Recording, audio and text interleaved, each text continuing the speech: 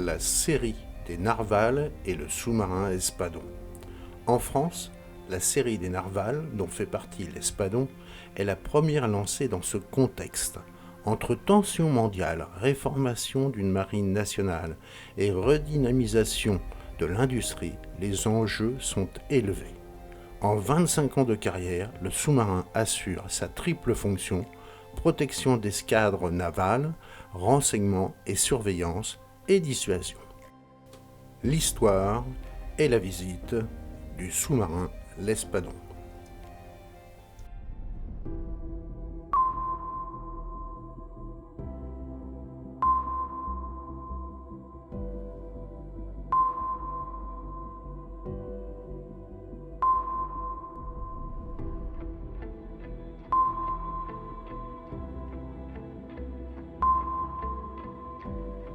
Dominique Goujon, je suis un ancien sous-marinier ayant navigué sur l'Espadon. Ce sous-marin a été construit à la fin des années 50. Il est rentré en service en 1960 et a terminé sa brillante carrière en 1985. Donc ce que l'on peut observer derrière moi s'appelle le massif. Sur le massif, on y retrouve les feux de navigation. Périscope de veille, périscope d'attaque, le schnorchel, les éléments de détection à rude qui étaient des mâts oléopneumatiques qu'on leur sortait du sous-marin.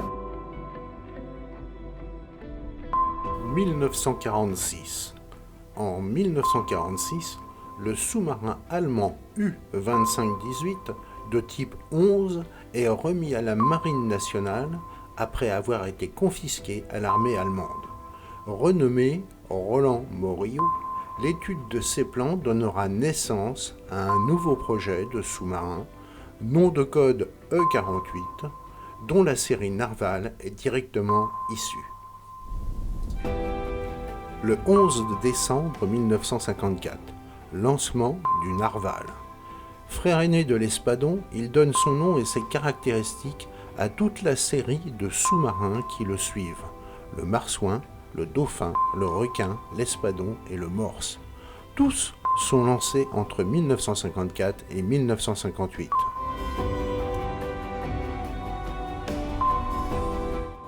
Bienvenue à bord de l'Espadon. 1955-1958.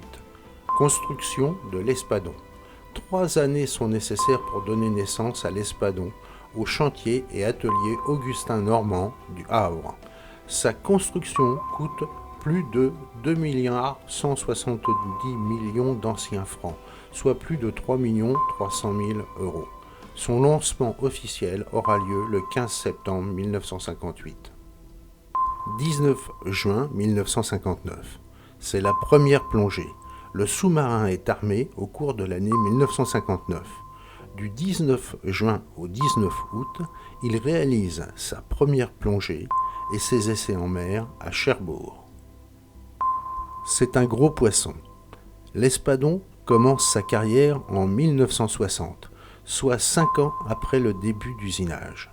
Admis au service actif, il reçoit le numéro S637 qui est inscrit au rouge sur son kiosque. Il le gardera durant toute sa carrière. Envoyé à Toulon pour 1 an, il intègre dès 1961 l'escadrille des sous-marins de l'Atlantique, ESMAT, basée à Lorient.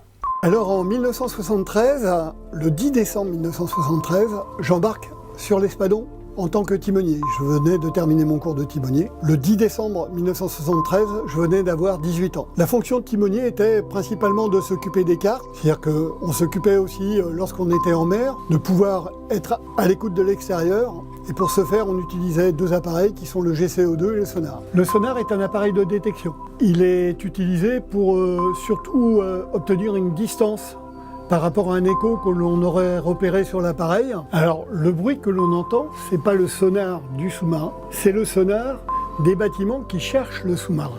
Mais il fallait aussi également savoir piloter le sous-marin, et pour ce faire nous utilisions les barres de plongée et de pouvoir l'amener dans la bonne direction en utilisant la barre de direction.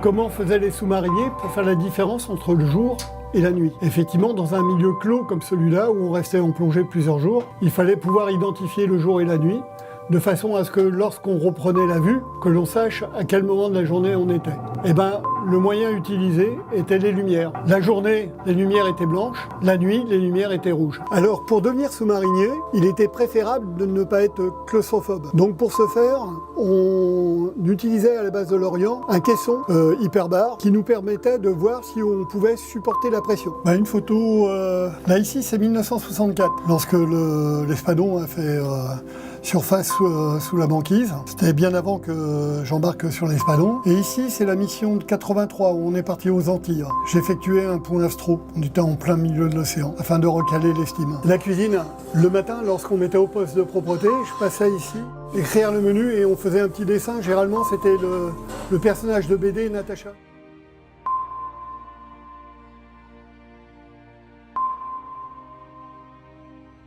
Du 28 avril au 16 mai 1964, il réalise une croisière polaire. Accompagné du marsouin, l'Espadon part pour une mission pionnière et spectaculaire dans l'Arctique. La zone est d'importance stratégique car elle est proche des territoires soviétiques. En atteignant le 70e parallèle nord, ils deviennent les premiers sous-marins français à avoir navigué sous la banquise. Le 9 mai, les marins y posent le pied.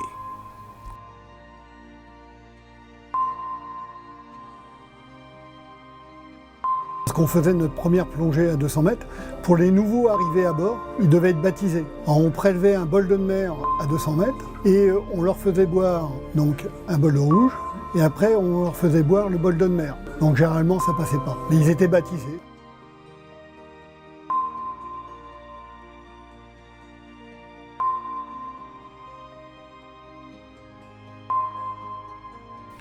De 1966 à 1968, il y a un travail de refonte. Pendant 1 an et demi, l'Espadon est en refonte à la base de l'Orient Kéroman.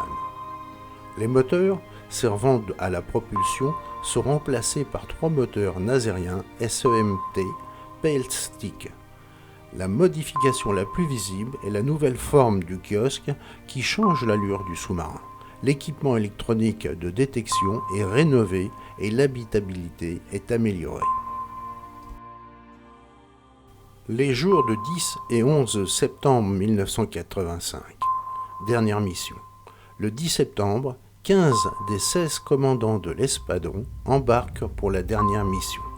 Le lendemain, le sous-marin est officiellement retiré du service actif après 25 ans de carrière.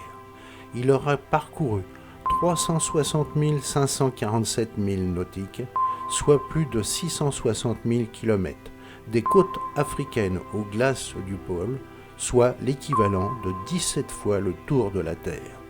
Il aura cumulé 2561 jours en mer, dont 33 796 heures en plongée.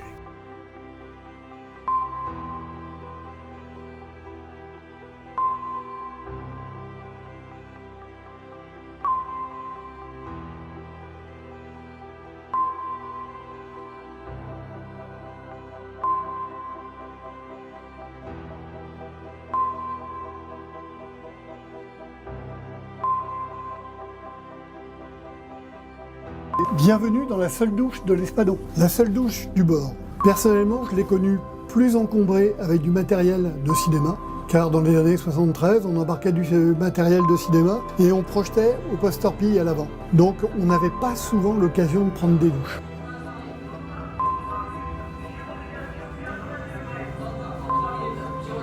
Alors on se situe ici, dans la salle des torpilles. L'Espadon n'a jamais été engagé dans un conflit armé. Tube 1 Paris. Temps de parcours 3 minutes, gyrodéviation 90 degrés. Temps de parcours 3 minutes. Gyrodéviation 90 degrés. Attention pour lancer. Attention pour lancer. Feu. Feu. Torpille parti.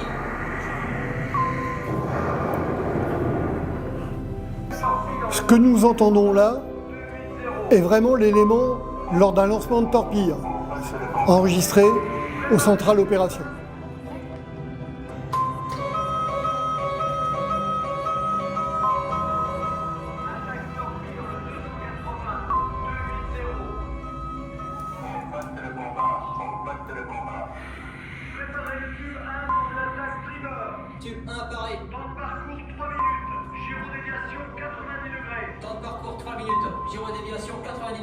Attention pour lancer. Attention pour lancer.